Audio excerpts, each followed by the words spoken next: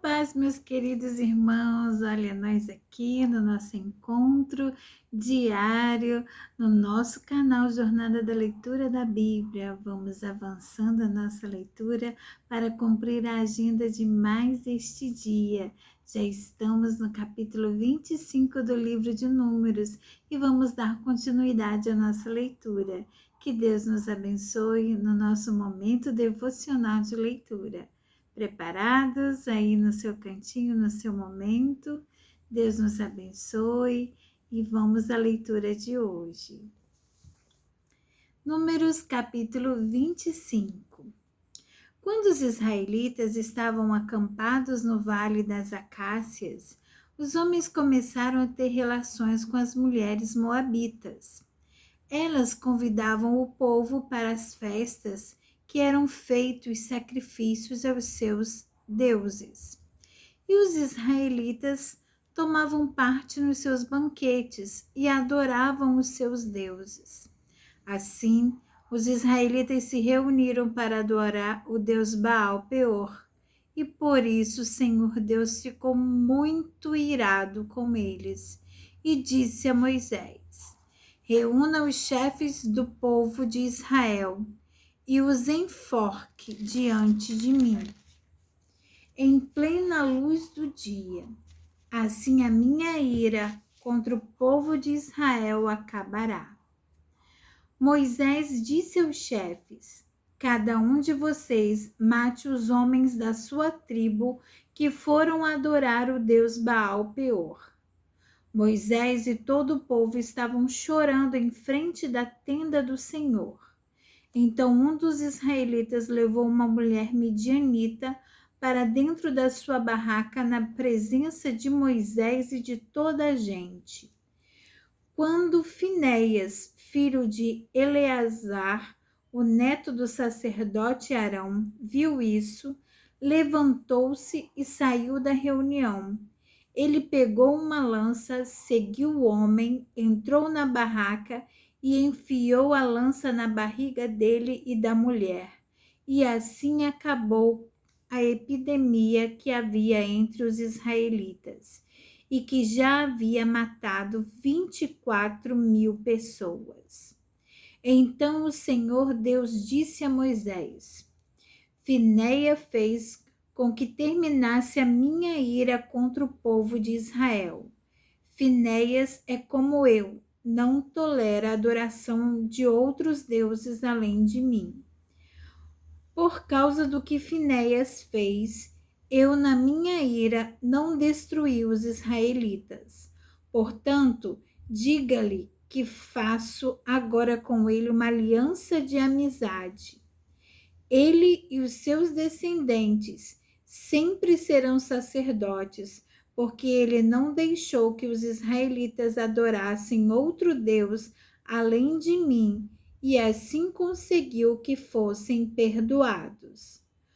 O israelita que foi morto com a midianita se chamava Zinri. Ele era filho de Salu e chefe de uma família da tribo de Simeão. A mulher midianita que foi morta se chamava Cosbi. Ela era filha de Zur, chefe de um grupo de famílias midianitas. O Senhor ordenou a Moisés: ataquem e matem os midianitas. Eles prejudicaram vocês, pois os enganaram, levando-os a adorar o ídolo de Peor.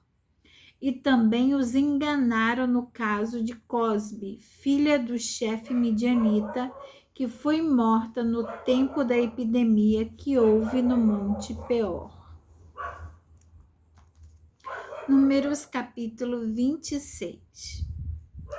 Depois da epidemia, o Senhor disse a Moisés e a Eleazar, filho do sacerdote Arão, o seguinte: façam a contagem de todos os homens israelitas de 20 anos para cima, família por família, isto é, todos os que já têm idade para o serviço militar. Moisés e Eleazar obedeceram e reuniram todos os homens com idade para prestar serviço militar. Eles se reuniram nas planícies de Moabe, na beira do rio Jordão, na altura de Jericó, que ficava do outro lado do rio. São estes os israelitas que saíram do Egito. A tribo de Ruben. Ruben era o filho mais velho de Jacó.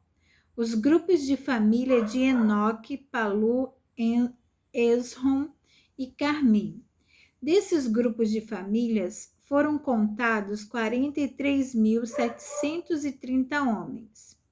Os descendentes de Palu eram Eliabe e os filhos de Nemuel, Datã e Abirão. Datã e Abirão foram escolhidos pelo povo. Eles se revoltaram contra Moisés e Arão e se juntaram com os seguidores de Corá na revolta contra Deus, o Senhor. A terra se abriu e os engoliu, e eles morreram com Corá e os seus seguidores. O fogo matou 250 homens, e isso serviu como um aviso para o povo. Mas os filhos de Corá não foram mortos.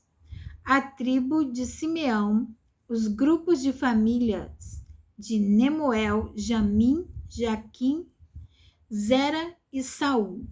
Desses grupos de famílias foram contados 22.200 homens. A tribo de Gade, os grupos de famílias de Zefon, Ag, Sunim, Onsnim, Eri, Arode e Areli. Desses grupos de famílias foram contados 40.500 homens. A tribo de Judá, os grupos de famílias de Selá, Pérez, Zera, Esrom e Amul, 2 filhos de Judá, isto é, e Onã, haviam morrido em Canaã. Desses grupos de famílias foram contadas 76.500 homens. A tribo de Issacar, os grupos de famílias de Tolá, Puva, Jazube e Sinrom. Desses grupos de famílias foram contados 64.300 homens. A tribo de Zebulon, os grupos de famílias de Serebe, Elon, Jaleel. Desses grupos de famílias foram contados 60.500 homens. As tribos de Manassés e Efraim, que eram filhos de José. A tribo de Manassés, Maquir, filho de Manassés, era pai de Gileade, e os seguintes grupos de famílias são descendentes de Gileade. Os grupos de famílias de Iezer, Eleque, Asriel, Siquém, Semiba e Éfer. Zelofeade, filho de Éfer, não tinha filhos, somente filhas. Os nomes das filhas de Zelofeade eram Macla, Noa, Ogla, Milca e Tirsa. Desses grupos de famílias foram contados 52.700 homens. A tribo de Efraim, os grupos de famílias de Sutela, Bequer e Taã. O grupo de famílias de Herã descendia de Sutela. Desses grupos de famílias foram contados 32.500 homens. São esses os grupos de famílias descendentes de José. A tribo de Benjamim, os grupos de famílias de Belá, Asbel, Airão, Sufã e Ufã. Os grupos de famílias de Arde e Naamã eram descendentes de Belá. Desses grupos de famílias foram contados 45.600 homens. A tribo de Dan, o grupo de família de Suão, que tinha 74.400 homens. A tribo de Azer, os grupos de famílias de Imna, Isvi e Berias. Os grupos de famílias de Eber e Malquiel são descendentes de Berias. A filha de Azer se chama Sera. Desses grupos de famílias foram contados 53.400 homens. A tribo de Naftali, os grupos de famílias de Jazeel, Guni, Jezer e Silém. Desses grupos de famílias foram contados 45.400 homens. O número total dos homens israelitas era de 601.730 homens. O Senhor Deus disse a Moisés: divida a terra entre as tribos conforme o tamanho delas. Divida por sorteio e dê as partes maiores para as tribos maiores e as partes menores para as tribos menores. A tribo de Levi era formada pelos grupos de famílias de Gerson, Coate e Merari. Os grupos de famílias de Libni, Hebron, Mali, Muzi e Corá eram descendentes de Levi. Coate era o pai de Anrão. A mulher de Anrão era Joquebede, filha de Levi. Ela havia nascido no Egito. Joquebede deu a Anrão 2 filhos, Arão e Moisés, e uma filha chamada Miriam. Arão tinha 4 filhos, Nadab, Abiú, Eleazar e Itamar. Porém, Nadab e Abiú morreram quando ofereceram a Deus, o Senhor, fogo que não era sagrado. Foram contados 23.000 levitas do sexo masculino, de 1 mês de idade para cima. Eles foram contados separadamente dos outros israelitas, porque não receberam nenhuma propriedade em Israel. São esses os que foram contados por Moisés e pelo sacerdote Eleazar, que fizeram a contagem dos israelitas nas planícies de Moabe, na beira do rio Jordão, na altura de Jericó, que ficava do outro lado do rio. Entre esses, da segunda contagem, não havia nenhum dos que tinham sido contados por Moisés e pelo sacerdote Arão, quando fizeram a primeira contagem, os israelitas no deserto de Sinai. O Senhor Deus tinha dito que todos eles certamente morreriam no deserto, e todos morreram, menos Caleb, filho de Jefoné, e Josué, filho de Num. Números capítulo 27.